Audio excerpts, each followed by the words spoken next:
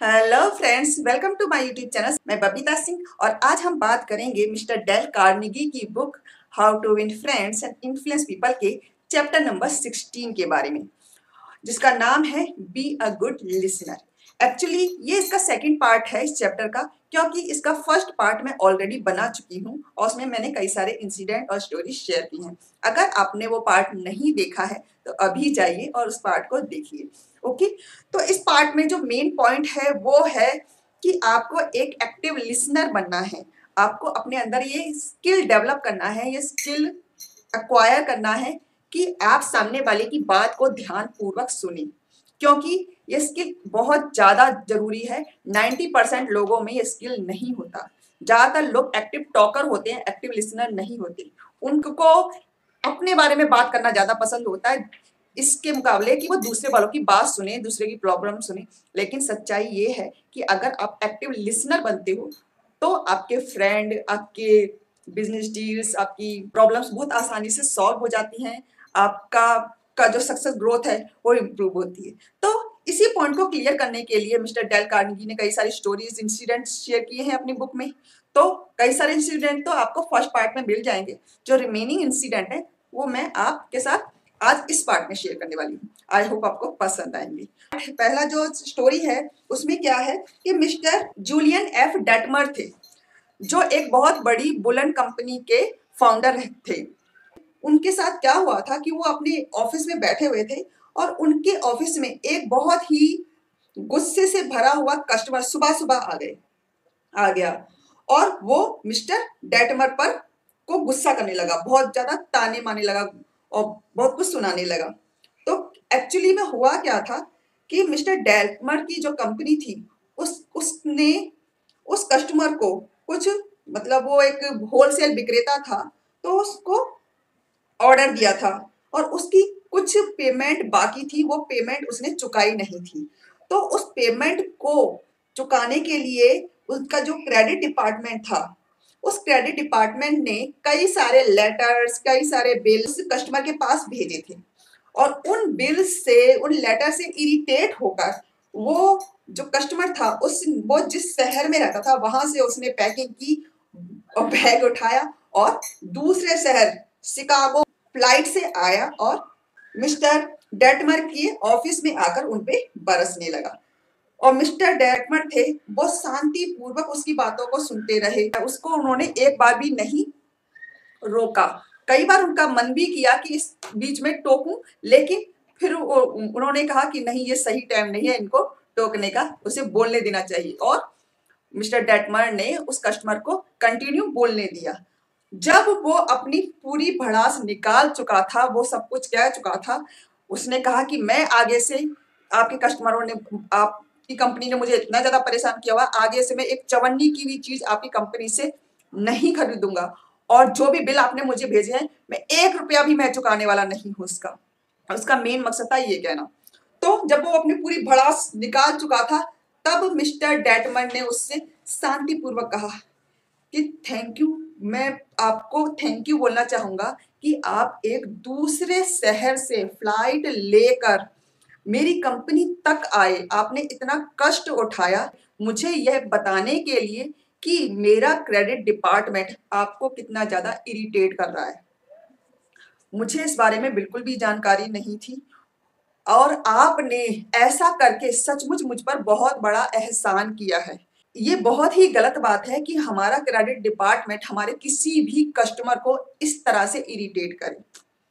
हो सकता है आप ही की तरह और भी कस्टमर हों जिनको हमारा क्रेडिट डिपार्टमेंट इरिटेट कर रहा हो।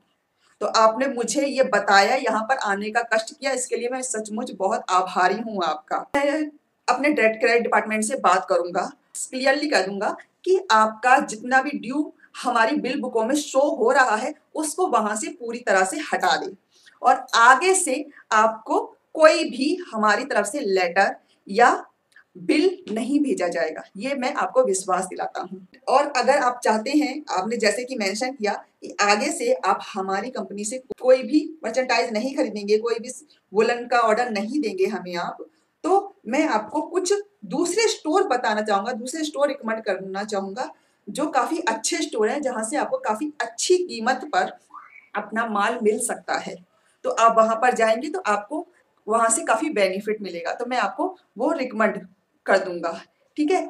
और वो मिस्टर जो डेटमर थे, वो उस कस्टमर को पहले से ही जानते थे। तो उन्होंने कहा, वो पहले जब ये जो केस हुआ था, इससे पहले जब भी वो आता था शिकागो अपना ऑर्डर देने के लिए, तो मिस्टर डेटमर उसको हमेशा लंच पे इनवाइट करते थे। तो इस बार भी मिस्टर डेटमर ने उसको लंच पे इनवाइट किया। उन्होंने कहा कि अच्छा ठीक है, आप इतनी दूर से यहाँ आए हैं, तो एक लंच तो आप हमारे साथ कर ही लीजिए।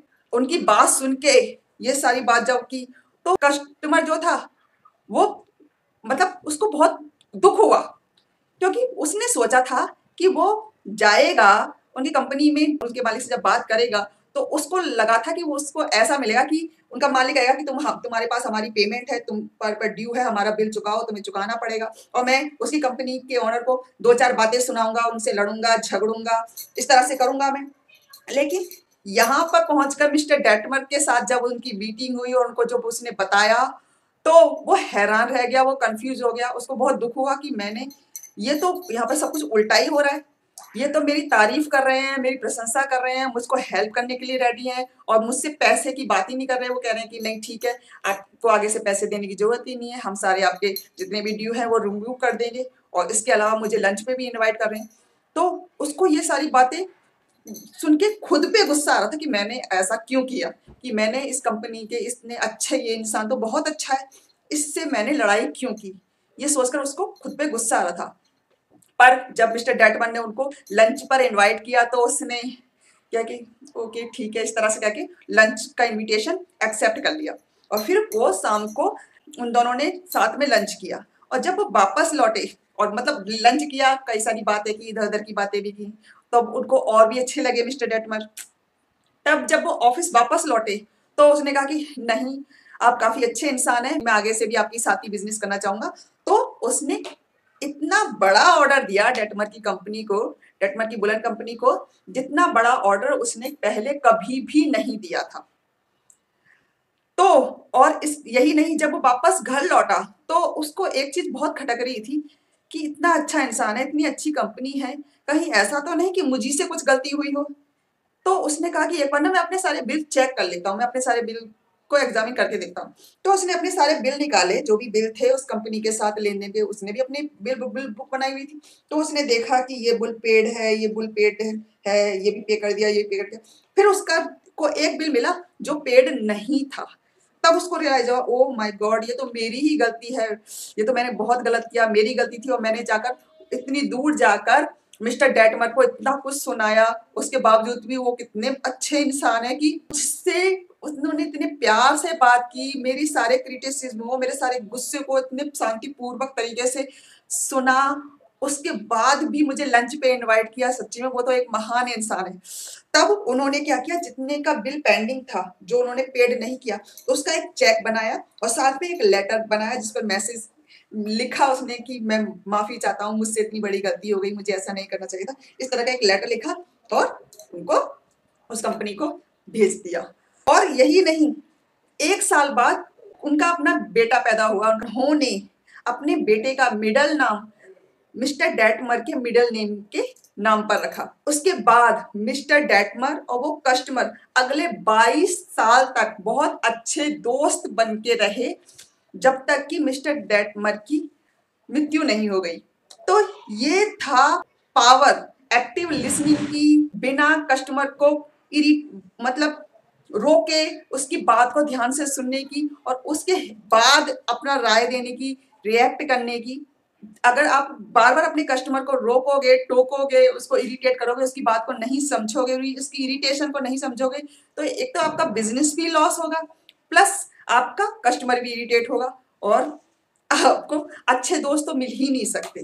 तो ये तो पहला इंसिडेंट था जो उनके सेकंड पार्ट में मैं आपको बताया। दूसरा जो इंसिडेंट शेयर किया है मिस्टर डेल कार्नेगी ने, वो है कि सालों पहले की बात है कि एक डच लड़का था, डच कंट्री में रहने वाला लड़का था, जो एक बेकरी शॉप पर काम करता था, खिड़कियां वगैरह साफ करने का। वो जब स्कूल जाता था तो स्कूल जाने के बाद वो ये सारा काम करता था। और यही नहीं, वो लड़का इतना गरीब था, उसकी फैमिली इतनी गरीब थी कि दोपहर को डेली वो एक टोकरी लेकर सड़क पे निकल जाता था और वहां पर जो ये गाड़ियां होती है ना जो वो कोयला वगैरह ढोती हैं, तो वहां से जो कोयला रास्ते में गिर जाता था तो उसको बटोर कर उस टोकरी में रख लेता था, ताकि उससे वो अपने घर का खाना वाना बना सके या उसको कुछ बेच कर पैसे भी कमा सके। तो इस तरह से काम करता था। और जब वो 13 साल का हुआ तब उसने वो स्टडी छोड़ दी। उसने स्टडी करना भी छोड़ दिया क्योंकि उसके पास इतने पैसे ही नहीं थे कि वो अपनी स्टडी को कंटिन्यू रख सके। और वो एक ऑफिस में ऑफिस बॉय बन गया।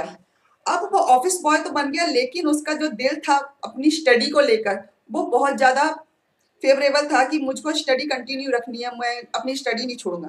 ये बात अलग थी कि उसने स्कूल की स्टडी तो छोड़ दी थी, लेकिन उसको पढ़ने का फिर भी बहुत शौक था। तो वो क्या करता था कि वो उसका जो बस का किराया होता था, कार का फेयर होता था, पैदल जाता था अपने घर, पैदल अपने ऑफिस जाता था और उस किराए को बचाता था। और यही नहीं, वो अपना दोपहर का लंच भी नहीं खाता था, ताकि वो ज्यादा से ज्यादा पैसे बचा सके। किस लिए? वो चाहता था एक इंसाइक्लोपीडिया खरीदे, उस शहर के सभी अमीरों की बायोग्राफी की, यानी कि वो सक्सेसफुल लोगों की बायोग्राफी की इंसाइक्लोपीडिया है वो खरीदना चाहता था, ताकि वो जान सके कि ये जो अमीर लोग हुए हैं, ये जो प्रसिद्ध लोग हैं, ये फेमस लोग हैं, ये आखिर इतने फेमस हुए हैं तो क्यों, क्या क्या उनकी लाइफ में हुआ है, कौन कौन से इंसिडेंट उनकी लाइफ में हुए। तो ये सारी चीजें वो जानना चाहता था, इसकी वो स्टडी करना चाहता था। तो उसने किराया बचाकर, खान लंच वगैरह छोड़कर उसने इतने पैसे बचाए कि उसने एक इंसाइक्लोपीडिया खरीद दिया फेमस लोगों की बायोग्राफी का। तो जब उसने खरीद लिया तो वो उसको पढ़ता था, रोज पढ़ता था, जो भी चीजें उसको स्टडी करने के लिए मिलती थी उस बायोग्राफी में जो लिखी होती थी वो सारी स्टडी तो करता था, लेकिन इसके बावजूद वो एक काम और भी करता था कि जो भी फेमस पर्सनैलिटी के बारे में उस बुक के अंदर, उस इंसाइक्लोपीडिया के अंदर लिखा था, वो उनको लेटर भेजता था कि वो उसके बारे में और भी कुछ जानना चाहता है। कि आखिर आप मतलब जो भी क्वेश्चन उसके माइंड में उस बायोग्राफी को पढ़कर आते थे माइंड में कि उनका बचपन कैसे बीता था, उनकी स्कूलिंग अगर हुई थी तो ये थे क्वेश्चन, क्योंकि हर माइंड में आते, तो वो जो भी क्वेश्चन होते थे उसके माइंड में, उसके आंसर के लिए वो उन पर्सनैलिटीज को लेटर भेजा करता था। इसी तरह से उसने एक लेटर भेजा बहुत ही फेमस पर्सनैलिटी को, जो थे जनरल जेम्स, उनको भी और उसने लेटर भेजा। और उस टाइम पे जब उसने लेटर भेजा था तो वो प्रेसिडेंट बनने की तैयारी कर रहे थे। और उस लेटर में उसने लिखा था कि सर, मैं जानना चाहता हूं कि आपने अपनी बायोग्राफी में लिखा है कि आप ऐसे लड़के थे जो एक नहर के किनारे रहा करते थे और आप बहुत ही गरीब टाइप के इंसान थे, ज्यादा फेमस नहीं थे, ज्यादा फैमिली से बिलोंग नहीं करते थे, नहर के आसपास के इलाके में रहते, क्या ये सच बात है? और इसके अलावा उसने कुछ बैटल के बारे में भी पूछा कि ये आपकी टाइम पे वहां वहां ये लड़ाइयां हुई थी, इसमें क्या क्या हुआ था, क्या कैसे हुआ था, उसको कैसे हैंडल किया, ये सारी चीजें भी उसने पूछी थी। तो ये सारा जब मिस्टर जेम्स बारफील्ड के पास पहुंचा ये लेटर, तो उसने के जवाब में एक रोड मैप बनाया और उसको अपने घर पर डिनर के लिए इनवाइट किया एक शाम को। उस टाइम पे वो जो बच्चा था वो सिर्फ 14 साल का था। तो 14 साल की एज में उस वो प्रेसिडेंट प्रिपरेशन कर रहे थे, खुद को प्रिपेयर कर रहे थे, तो उनसे मिला और पूरे कई घंटों तक उन्होंने उनके साथ बातचीत की। और इसी तरह से धीरे धीरे उसने और भी सेलिब्रिटीज के साथ बात की, और भी फेमस पर्सनैलिटी के साथ भी बात की, और सारी लोगों के बारे में जाना, उनसे मीटिंग की।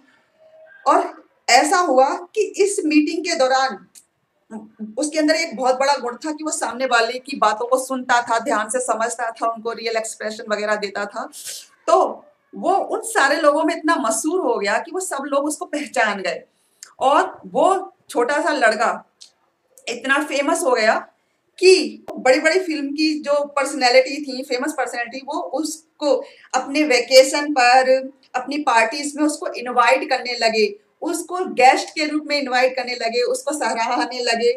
और इन सारी मीटिंग की वजह से उसके खुद के माइंड में भी ये बात आई कि मुझे भी एक आइडेंटिटी बनना है, मुझे भी अमीर बनना है, मुझे भी फेमस होना है, मुझे भी लाइफ में कुछ करके दिखाना है। क्योंकि सभी फेमस लोगों से मिल रहा था, उनकी लाइफ की बायोग्राफी पढ़ी थी, उसने देखा था कैसे कैसे लोग हैं, किस किस तरह से उन्होंने स्ट्रगल किए, किस किस तरह से वो इस मुकाम पर पहुंचे। तो उसने भी अपनी लाइफ में वो मुकाम हासिल करने के विजन बनाए और एम्बिशन उसकी बनी, जिसने उनकी लाइफ को शेप दी। तो ये थी पावर एक्टिव लिसनिंग की। उसको शौक था लोगों के बारे में जानने का, लोगों को सुनने का, लोगों को समझने का। और इसी की वजह से वो छोटा सा लड़का जो इतना गरीब था कि अपने लिए वो इंसान एक टाइम पे खाना नहीं खा पाता था, खाना बचाकर वो उसने इंसाइक्लोपीडिया खरीदी थी। वो बंदा कुछ सालों बाद अमेरिका के जर्नलिस्ट दुनिया का बहुत ही बड़ा एक जर्नलिस्ट बना। बहुत टाइम तक उसको पहचाना गया और उस बंदे का नाम था, उस इंसान का नाम था, उस बच्चे का नाम था एडवर्ड वॉट, जो काफी फेमस हुआ। मिस्टर एरिक एफ मार्कोला ने, जो एक जर्नलिस्ट थे, उन्होंने बहुत सारी सेलिब्रिटीज के इंटरव्यू लिए थे और इंटरव्यू के दौरान बात करते समय उसके सामने एक फैक्ट सामने आया कि ज्यादातर जो फेमस पर्सनैलिटी होते हैं, ज्यादा फेमस सेलिब्रिटी होते हैं, उनका एक माइंड सेट है जो जब वो कन्वर्सेशन करते हैं, किसी से बातचीत करते हैं, तो वो एक्टिव लिसनर्स को प्रेफर करेंगे एक्टिव टॉकर की जगह किसी भी कन्वर्सेशन में, क्योंकि उन सबको पसंद है कि ऐसा बंदा हो जो हमारी बात को सुने। और ये बात सिर्फ फेमस पर्सनैलिटी या फेमस सेलिब्रिटी पर ही लागू नहीं होती, ये बात हर इंसान पे लागू होती है, क्योंकि हर इंसान चाहता है कि उसको सुनने वाले लोग हों, उनकी बात समझने वाले लोग हों। ऐसा बहुत ही रेयर होगा कि वो लोग ऐसे इंसान को पसंद करें जो खुद के बारे में ही बात करे, खुद ही अपनी कहानियां सुनाए और दूसरों की बातें ना सुने। तो ये हर बंदे पे लागू होती है और ये क्वालिटी उतनी ही रेयर है जैसे कि सुबह जगने की, एक्सरसाइज करने की जो हैबिट होती है, डाइट फूड खाने की जो हैबिट होती है, वो सारी हैबिट जितनी रेयर होती है, उतनी ही रेयर ये हैबिट भी होती है कि आप किसी सामने वाले की बात सुने। 90% लोग सामने वाले की बात नहीं सुनते। इसी तरह से एक इंसिडेंट और भी शेयर किया है, उसने बताया है कि सिविल वार जब चल रही थी तो उसके जो सबसे भयंकर जो रूप था उस टाइम पे, जो सबसे ज्यादा परेशान करने वाला टाइम था, उस टाइम पे जो लिंकन थे वो बहुत ज्यादा परेशान थे, क्योंकि उस टाइम पे जो स्लेव थे उन्होंने जो बंदी बना रखे थे, तो उन बंदियों को लेके दो तरफा बातें हो रही थी। कुछ न्यूज़पेपर वाले लिख रहे थे कि इन्होंने बंदी बनाए हुए हैं जिसकी वजह से ये वार हो रही है, ये जो प्रेसिडेंट है ये लिंकन है, ये अच्छे नहीं है, ये सही नहीं है, ये गलत कर रहे हैं ये। दूसरी तरफ के जो जर्नलिस्ट वगैरह थे वो बात कर रहे थे कि हमें डर है कहीं लिंकन इन बंदियों को छोड़ ना दें, अपने दबाव में आकर छोड़ देंगे तो ये उनकी बहुत बड़ी हार होगी। इस तरह से दो तरफा बात चल रही थी, बहुत सारे इश्यूज आ रहे थे, बहुत सारी अटकनें लगी हुई थी, बहुत मतलब पॉलिटिकल लाइन में बहुत सारी चीजें होती हैं जो मैं अपने वर्डों में तो बता भी नहीं पाऊंगी। तो ये सारी कंफ्यूजन, प्रॉब्लम, परेशानियों उनकी लाइफ में चल रही थी। तो उन्होंने क्या किया, उन्होंने अपने एक फ्रेंड को लेटर लिखा जिसमें उन्होंने लिखा कि मैं बहुत परेशान हूँ, मैं चाहता हूँ कि तुम मेरे पास आओ, मुझसे आकर मिलो, क्योंकि मैं तुम्हारे साथ एक खास टॉपिक पर डिस्कस करना चाहता हूँ।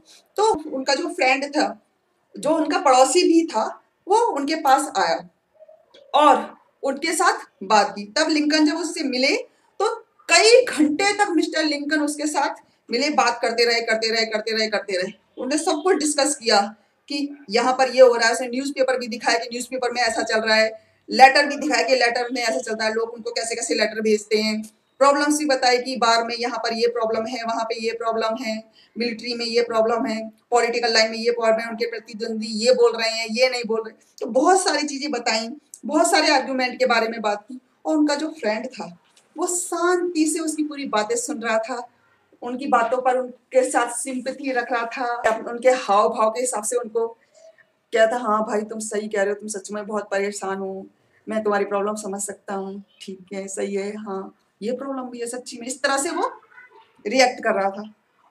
और जब मिस्टर लिंकन ने अपनी सारी बातें कह दी तो उन्होंने अपने उस फ्रेंड को उनके घर पर वापस भेज दिया। यहाँ तक कि उन्होंने अपने फ्रेंड से उनकी राय तक नहीं पूछी, क्योंकि एक्चुअली में उन्हें उनकी राय चाहिए ही नहीं थी। वो जो चाहते थे वो सिर्फ इतना ही चाहते थे कि वो अपनी बात, अपनी जो दिमाग में उनकी इतनी सारी बातें चल रही, इतनी सारी टेंशन चल रही, वो किसी से बोलें और कोई उनको सुने।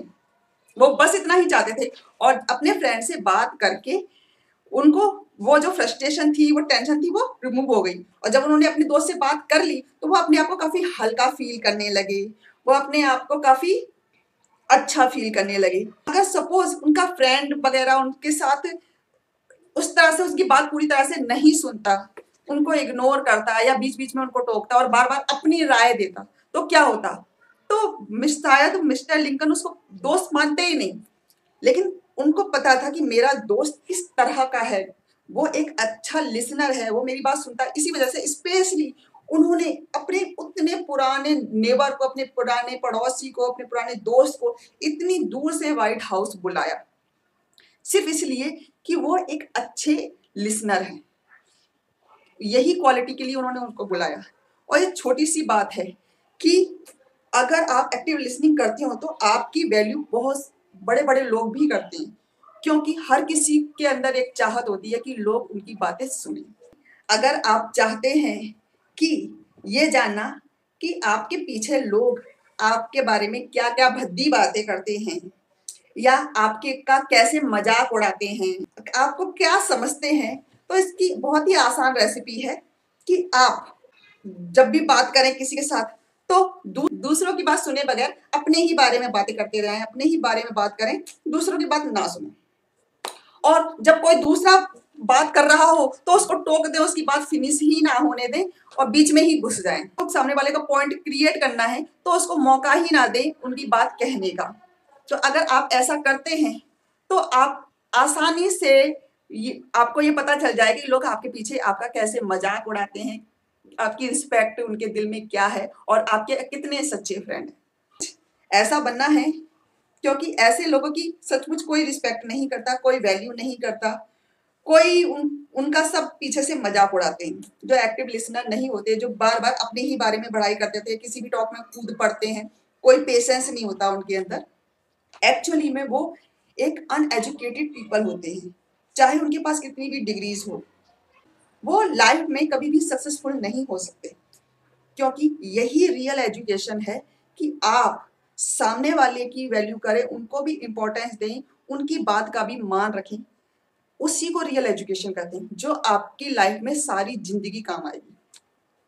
तो यही था इस बुक का जो मेन पॉइंट था कि आपको एक बहुत अच्छा लिसनर बनना है, अपनी ये स्किल क्वालिटी इंप्रूव करनी है। अगर आप भी उन लोगों में से हैं जो पेशेंस नहीं रखते, अपने ही बारे में बात करते हैं, तो आप अपनी इस आदत को सुधारिए, क्योंकि सचमुच आपके बिजनेस में, आपके करियर में, आपकी लाइफ में ये एक बहुत जरूरी फैक्टर है जिसको आपको एक्वायर करना पड़ेगा। क्योंकि अगर आप एक्वायर नहीं करते तो जिस तरह से वो सेल्स वूमेन ने बात नहीं की थी, जिस तरह से और भी जो इरिटेटिंग कस्टमर वगैरह होते हैं, ऐसे लोगों को आप अपने बिजनेस में, अपने करियर में हैंडल नहीं कर पाएंगे।